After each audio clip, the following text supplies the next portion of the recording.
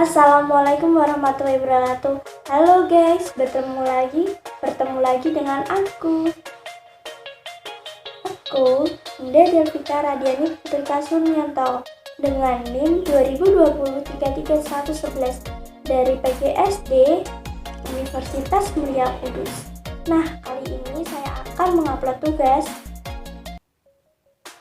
dengan mata kuliah sumber dan media pembelajaran. Nah, selanjutnya pesan apa sih yang saya dapatkan dalam pembelajaran sumber dan media pembelajaran? Nah, pesan apa yang saya dapatkan pada vlog 4 ini? Yang pertama itu saya bisa mengetahui apa saja kedudukan media dalam proses belajar mengajar. Nah, yang kedua, saya dapat mengetahui proses komunikasi dalam konteks belajar. Nah, yang ketiga, saya dapat mengetahui apa saja yang ada di dalam klasifikasi media pembelajaran, jenis media pembelajaran, dan aplikasi komputer dalam proses belajar mengajar. Selanjutnya saya akan menyampaikan materi singkat, yaitu tentang kedudukan media dalam proses belajar mengajar. Simak videonya ya, dadah! Kedudukan media dan proses belajar mengajar. Proses belajar mengajar dapat diartikan juga sebagai proses komunikasi. Dalam proses komunikasi ini terjadi urutan pemindahan informasi atau pesan dari sumber pesan ke penerima pesan. Nah, proses belajar mengajar itu proses komunikasinya. Nah, kalau penyampaian pesan itu penerima pesan. Nah, bagaimana sih proses komunikasi dalam konteks belajar? Nah, pesan langsung ke media, langsung ke penerima pesan, langsung ke tujuan hasil belajar. Nah, apa sih pengertian media? Pasti kalian udah tahu kan? Nah, kita ulas lagi ya. Media pembelajaran adalah segala sesuatu yang berupa orang, bahan, peralatan, atau kegiatan yang digunakan untuk menyalurkan pesan yang dapat merangsang pikiran, perasaan, perhatian, dan kemauan peserta didik sehingga mendorong terjadinya belajar pada dirinya. Nah, apa saja sih fungsi media pembelajaran? Nah, yang pertama itu ada menangkap suatu objek atau peristiwa tertentu. Yang kedua ada memanipulasi keadaan, peristiwa, atau objek tertentu. Nah, yang ketiga ada kesempatan belajar yang lebih merata. Nah, yang keempat itu pengajaran lebih berdasarkan ilmu. Nah, selanjutnya itu nilai media pembelajaran.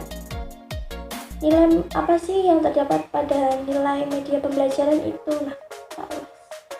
Nah, yang pertama itu ada media dapat mengatasi keterbatasan pengalaman yang dimiliki siswa. Nah, yang kedua itu media dapat mengatasi batas ruang kelas.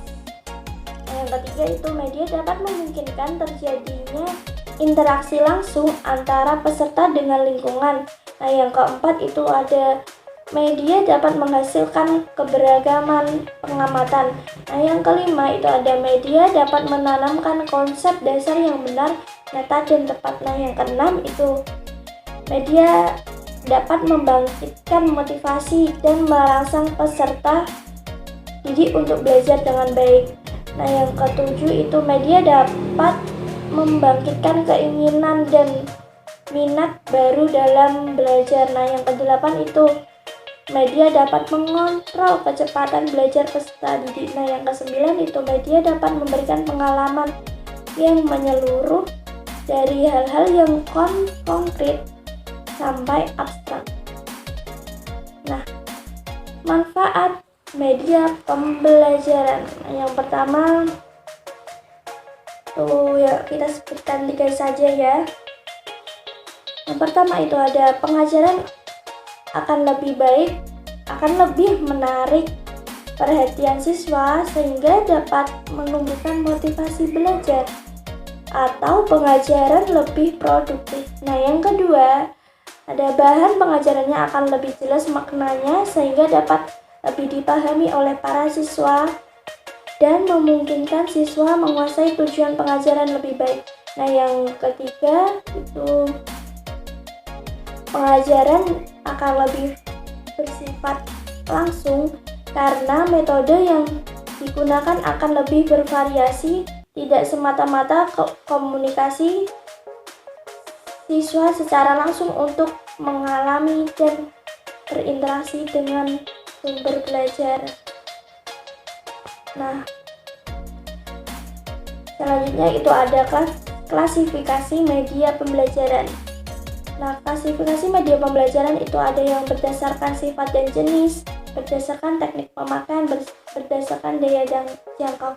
Nah, yang berdasarkan sifat dan jenis itu ada media auditif, contohnya seperti radio, kaset, recorder, piringan hitam. Nah, ada media visual, contohnya film strip atau film rangkai, slide, atau film bingkai, foto, gambar, atau lukisan. Nah, yang ketiga itu ada media audio visual.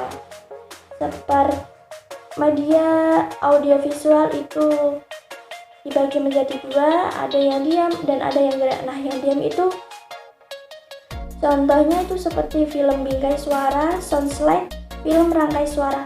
Nah, contohnya yang dari audiovisual gerak itu seperti media yang menampilkan unsur suara dan gambar yang bergerak ya. Terus yang berdasarkan teknik pemakaian itu ada media elektronik dan media elektronik. Kemarin saya sudah jelaskan di vlog yang ketiga ya. Terus berdasarkan daya jangkau itu yang pertama ada daya jangkau serentak, yang kedua ada daya jangkau terbatas, yang ketiga dimanfaatkan secara individual. Nah, selanjutnya itu ada jenis media pembelajaran. Nah, jenis media pembelajaran itu dibagi menjadi 3 media. Yang pertama ada media 2 dimensi, yang pertama ada media 2 dimensi, yang kedua ada media 3 dimensi, yang ketiga ada media proyeksi. Nah, kalau media 2 dimensi itu contohnya seperti gambar atau foto, sketsa, diagram, bagan atau grafik, kartun, poster, dan lain-lain. Nah, kalau media 3 dimensi itu seperti model padat atau solid model, model penampang, model susun, model kerja, dan diorama. Nah, media proyeksi itu seperti slide, film strip, transparan. Lingkungan sebagai media itu contohnya tadi ada 4 sebagai media ya. Jenis media itu ada 4. Terus ada lingkungan sebagai media itu seperti kebun, pasar, industri, sekolah. Nah, aplikasi komputer dalam proses belajar mengajar. Nah, aplikasinya itu bersifat software ya, itu bersifat multimedia, bersifat hyperlink, full screen, terus media sebagai sumber belajar.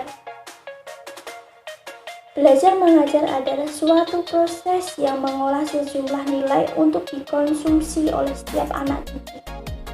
Nilai-nilai itu datang dengan sendirinya, tetapi terambil dari berbagai sumber. Nah, sumber belajar itu menjadi 5 kategori. Yang pertama ada manusia, yang kedua ada buku atau perpustakaan, nah yang ketiga ada media massa, yang keempat ada alam lingkungan, yang kelima ada media pendidikan. Nah, prinsip-prinsip pemilihan media. Nah, pertama ada tujuan pemilihannya, nah yang kedua ada karakteristik media pengajaran, nah yang ketiga ada alternatif pilihan. Nah, prinsip-prinsip penggunaan media itu seperti apa sih? Yang pertama, ada menentukan jenis media dengan tepat.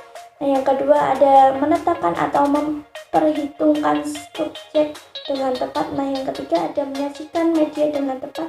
Nah, yang keempat, ada menempatkan atau memperlihatkan media pada waktu, tempat, dan situasi yang tepat.